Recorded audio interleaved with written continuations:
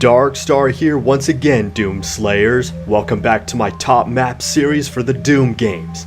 It is time to cover the Megawad Community Chest 3, and to start off, it is 5 times better than the second installment, which makes it 10 times better than the first, because most of these maps here are actually good, which means I can finally cover the 5 lowest ranking maps here, which means this video will be a hybrid.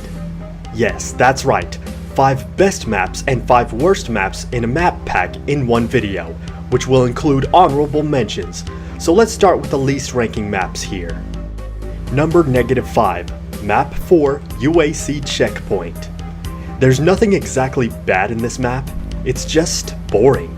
It just lacks atmosphere in this map and it's just too dark, and some of the ways to progress are a little bit confusing. I do admire some of the texture sets in the areas, but the rooms are just bland. It is a decent map, but not in a very good way. Number -4, Map 28 Token Archvile. There's nothing wrong with the gameplay in this map.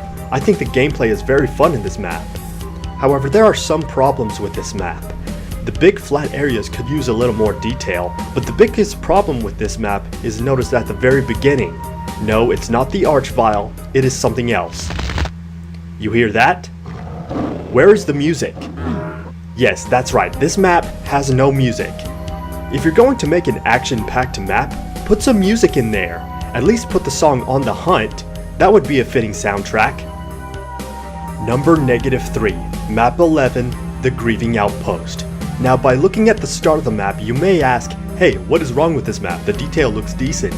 Well, guys, do not let the beginning fool you, because the rest of the map, you will find out that most hallways in this map are narrow pathways. Even worse is that you might also fight some strong enemies in cramped areas. That is never good. This map is also way too short. You can beat the map in about a few minutes. It's better than most of the maps in the previous community chests, but the fact is that it should be better. Number -2, Map 10 Atlantis Rising. If you've played this map, you should know some of the tedious things in this map, starting with the start itself. You kill all of the enemies and pick up the armor, then ask yourself, where do I go? And if this is your first time playing the map, or not even the first time, I guarantee you are going to be saying that a lot. The room concepts are not designed in an exciting way. Oh, and not to mention, this map also has a bunch of narrow pathways. If this map was easier to navigate, then it wouldn't be in the worst list. Oh, and not to mention, you also have to fight monsters in the narrow pathways.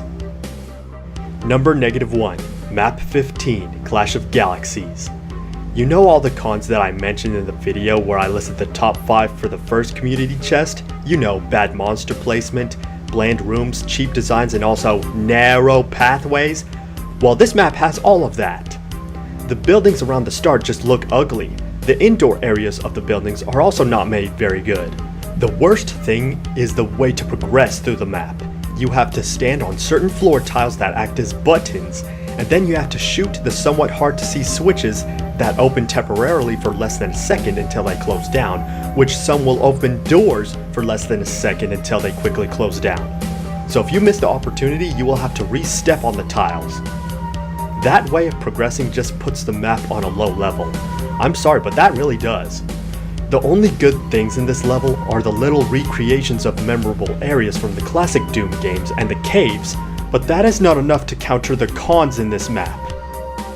And that covers the worst, or should I say least best maps in Community Chest 3. But now that I've got that out of the way, it is now time to list the top best maps in this list, which are way better than all of the best levels in the previous community chests.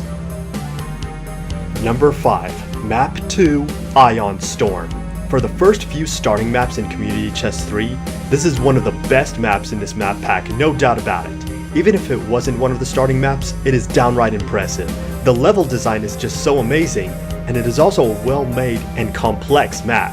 Each set of rooms have their own layout, and the transitioning between the rooms are very well done. This map also does recreate memorable areas from the original games in a very good way, and the layout of the map does have that nostalgic feeling to it. One thing that I should bring up is the name of the specific mapper that made this. This gentleman is known as Dutch Devil, and keep that in mind. So what else can I say about this map?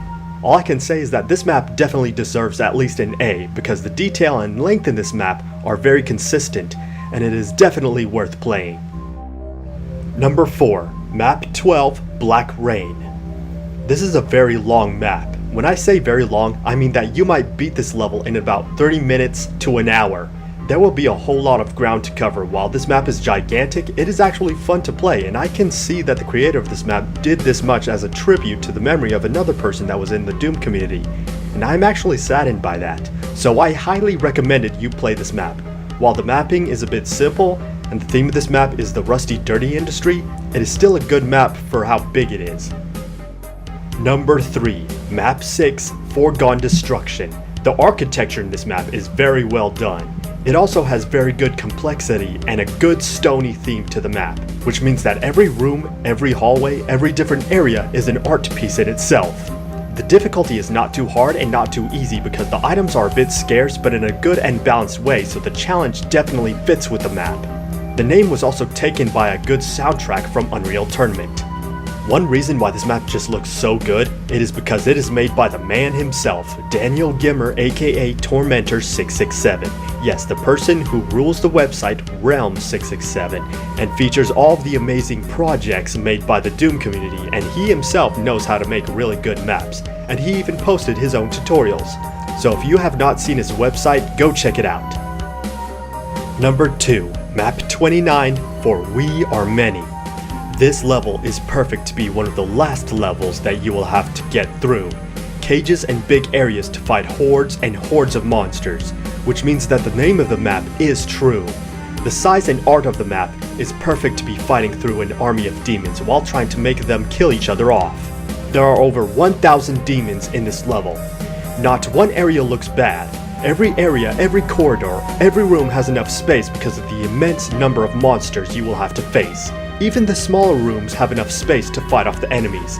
This map is like multiple giant Colosseum arenas put together. I also admire how high the columns and buildings are in each area, which gives it a good impression about how big the map is at first glance. Which is a good thing because if the height was low, it would feel flat and a cramped map, which is great that it's not. Incredible map for one of the last levels, definitely making this pack end in a very high note. It is obviously 100 times better than the other last maps in the previous community chests. This level may take a long while to beat, but it is definitely worth it, especially with the aesthetics in every room. Nothing in this level looks unfitting. It is definitely deserving to be in the top 5. And now the honorable mention in Community Chest 3 is Honorable Mention, Map 30, Leviathan. Like I said, the last maps in this Megawad are some of the best, and the detail and bordering in this map is great. While it is not as great as the other maps listed here, it is definitely worth mentioning, and it is nearly close to being as good as the other maps, and with map 29, it ends the Megawad in a great way.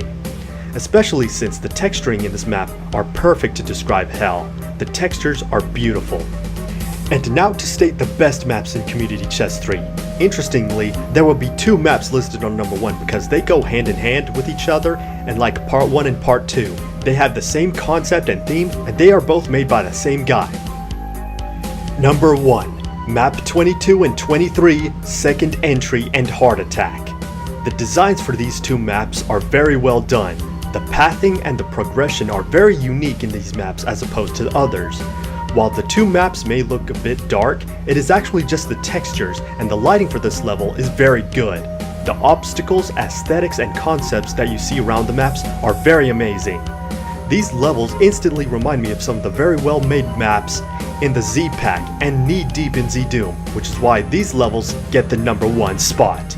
The genius who made these 2 maps is the one gentleman that I've mentioned, Dutch Devil. Yes, the guy is a very great mapper. His designs are complete genius and very artistic.